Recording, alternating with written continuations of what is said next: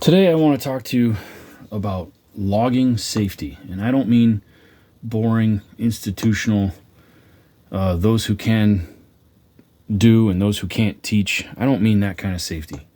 I mean safety from learning by accident, being self-taught, doing everything their own way, and finding out, oh, that's what happens when I screw that up. Wow, I'm lucky to be alive.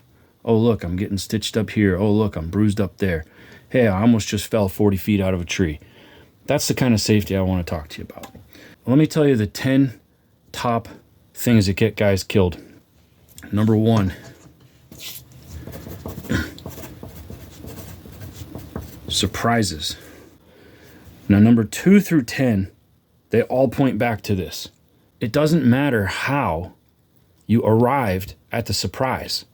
What matters is that you arrived at the surprise and you were in the wrong place at the wrong time. If you knew what was going to happen 5 seconds from now, you would not leave yourself in the wrong place at the wrong time. So always what gets somebody killed is a surprise. No one ever follows through with the thing they know that's going to get them killed. That's called suicide. People don't have suicide accidents. Suicide is intentional. Logging deaths are accidental. And accidents, at their heart, start with surprises, unexpected outcomes. Let me draw out a surprise I went through one time. I had trees that were threatening to crush a garage that I owned, and the trees were up on a hill. And the hill went like this, and there was a fence right here. The hill carried on. This was the neighbor's fence. There was a building in the back. This was in an urban environment. And there was trees all up on this hill in a cluster. They were pines, and the tallest was about 70 foot high. I got to the second to last one. It was a windy day, and this top wanted to go this way. Okay? I mean, it wasn't a pure lean. It had a fork to it.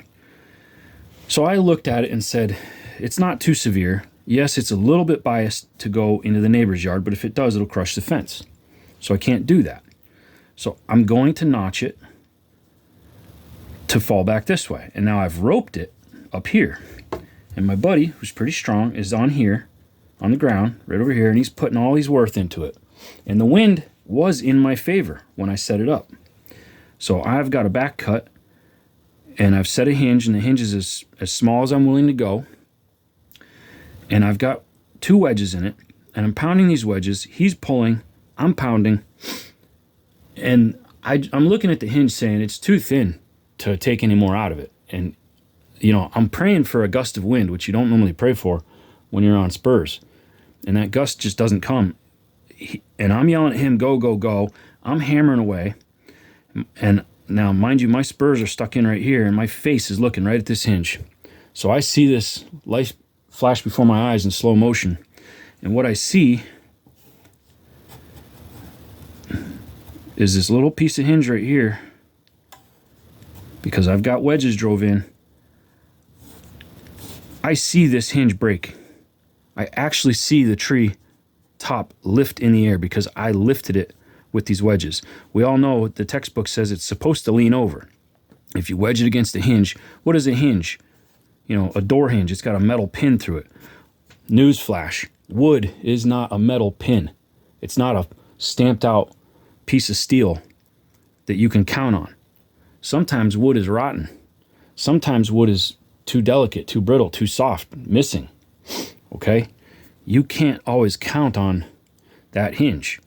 But we treat it like it's invincible. Oh, if we just put a lever right here and push it forward, and it's going to make this side rise up, and it's going to tip this thing off, and then the weight of gravity is going to carry it over to the side we want. And we'll use this hinge for directional control. Yeah? Didn't go that way for me. That piece of hinge tore off, and then this tree corkscrewed. Instead of going over, it went up. It was constrained by the rope at the top, so it did this. And it tried to step down into my ropes. Let's say that there's my rope here and there's my rope here. It tried to step into this hole. It would have plunged straight down and it would have crushed me to death. I dove this way in the air at 40 feet in the air, looking over rooftops. I dove and the tree hit my leg as it went down, and I slammed into that trunk and my ropes, praise the Lord, bound up within about 2 or 3 feet, I learned a profound lesson. Things don't always go the way you want when you're pounding on wedges. It didn't stop me from learning that lesson several other times. But in every application, they were a surprise. So I have trained myself, experts be damned, to really only be worried about surprises. Nothing is a surprise if you know in advance. A man can't sucker punch you if someone else heard the rumor that he was planning to sucker punch you and they tell you. So if somebody says, hey, so-and-so is going to sucker punch you at lunch, he cannot surprise you. If you see him before he gets up to your face, you cannot be sucker punched. A tree wants to sucker punch you. So you need to be looking at that tree and asking, are you going to surprise me? What might you surprise me with? Well, the tree is not entirely your enemy. It is willing to give you feedback if you simply ask it correctly. Now let's talk about that. Now, if this tree had a big lean, you don't have to ask it a question. It's advertising, okay? It's a flamer, if you will. Nobody has to look and say, which way do you go? Oh, I know which way you go. This tree's got a big old lean. That's a whole different tree from vertical. A super vertical tree is one that you look at and you don't feel nervous about it, even though you should. You should feel nervous about it. The only trees that have really surprised me have been vertical, have been really straight. Oh, I could get that to go any way I want. When I was more of an arborist mindset, my mentality was a fat hinge and enough wedges and maybe a rope, I'd get that tree to go anywhere I want it to. I'm in control. See, arborists are control freaks with trees, and loggers should not be. Okay, let's talk about this notion of control. What are we controlling? We're controlling, or we have a fantasy that we are controlling the fall of a tree. Gravity is controlling the fall of the tree. If you think you're in control, once the top starts going, go ahead and pause it and put it back up on the top. So we're not in control. We are momentarily deflecting a center of gravity to go ideally where we would like it to. What do I mean by that? Here's the stump. Here is the center of gravity of the top. Now that top can be in any kind of shape. The tree has grown in a balance, but somewhere there's a center of gravity that you and I don't know about. We look at it and we size up the tree and we try to appraise, where is it? Is it dead vertical? Is it a little to the north, a little to the west? Where is that center of gravity? And how much manipulation can we cause from the ground through the holding fibers, through the hold wood? Can we wedge it hard enough to come off its lean this way and go back that way? Or if we can't, can we let it get going just a little bit this way and then swing like that? That'd be a swing Dutchman. So what capacity do we have to control the tree? Now, if this is the center line of the stump and the top goes out here somewhere bending for light, let's say over a pond, a road, a power line right of way, if that center of gravity is out here and we draw a plumb line down, look how far off it is. Do we have the capacity to move this thing all the way back here and then make it fall that way? If we do, it's certainly easiest to put a rope from the top or push from with an excavator, or to cut the top off. If the top is cut off, then the center of gravity comes way, way back. This is where arborists are going to be in bucket trucks, removing and altering the center of gravity of the top so that they can bring that plumb line back over toward there. A logger doesn't generally have that level of option. Sometimes, you've got a pusher on the back of a skidder. It's not something you want to be doing very often. So as timber fallers in logging situations, control comes at the expense of raising the risk to the butt log. The primary thing that we are trying to harvest, where the profit margin is in these butt logs. And control comes through whatever wood we have not severed, whatever holding wood, whatever fibers are in here that we don't cut with our saw. So let's say we take a conventional face out and then we come in with a back cut, and now we're trying to wedge in here, or whichever direction it's laid out. Whatever fiber we have left, that's the fiber we're trying to control through. Well, some of this wood is in compression and some of this wood is in tension. That line where tension and compression meet is where a tree will delaminate in barber chair. What's happening here is that the top, the center of gravity of the top, starts to move towards the earth, and it has no ability to stop itself.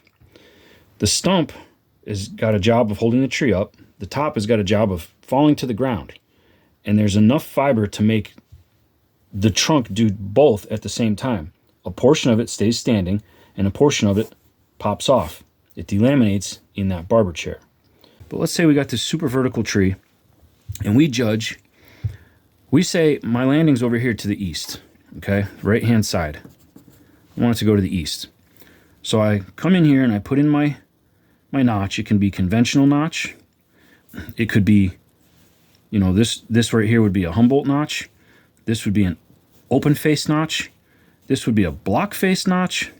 And if we cut a little thingy out of here, that would be a scissor wheel. There's probably more. Maybe there's different names, but those are basically the 4 typical tricks.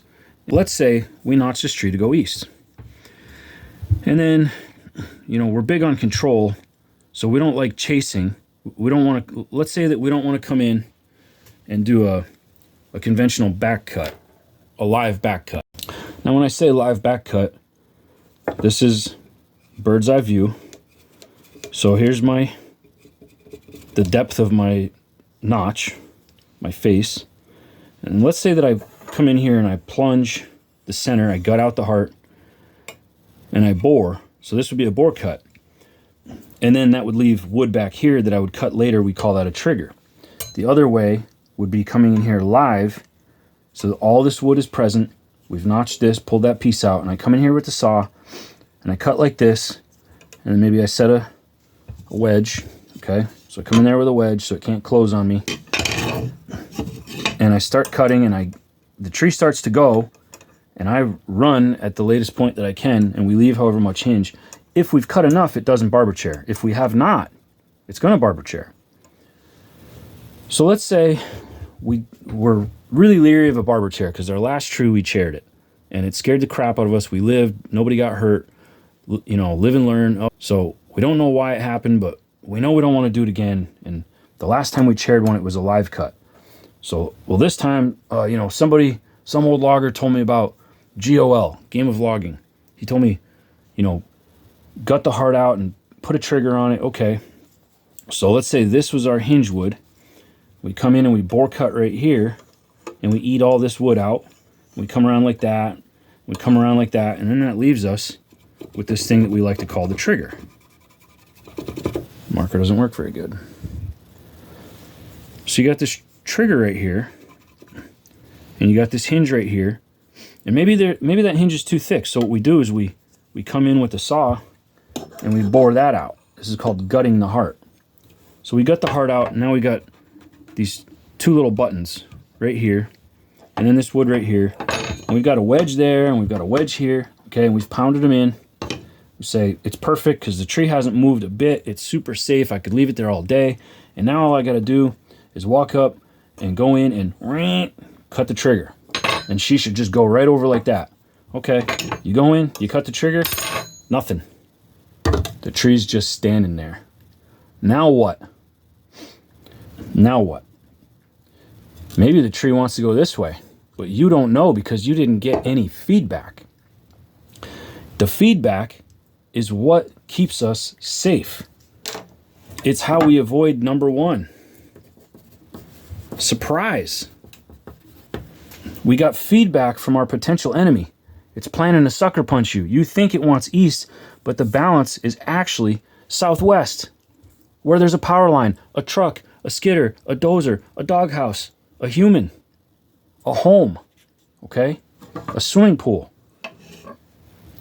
Feedback, the sooner we get it, the sooner this tree reveals its intentions, the sooner we can stop what we are doing, stop severing fibers, and leave the scene and come back with reinforcements to cope with the tree's true intentions. If we find out the tree's intentions are not in accordance with our intentions, as the last piece of fiber holding the tree up is severed, then we now have an accident. An accidental tree is a life-threatening, property-threatening proposition.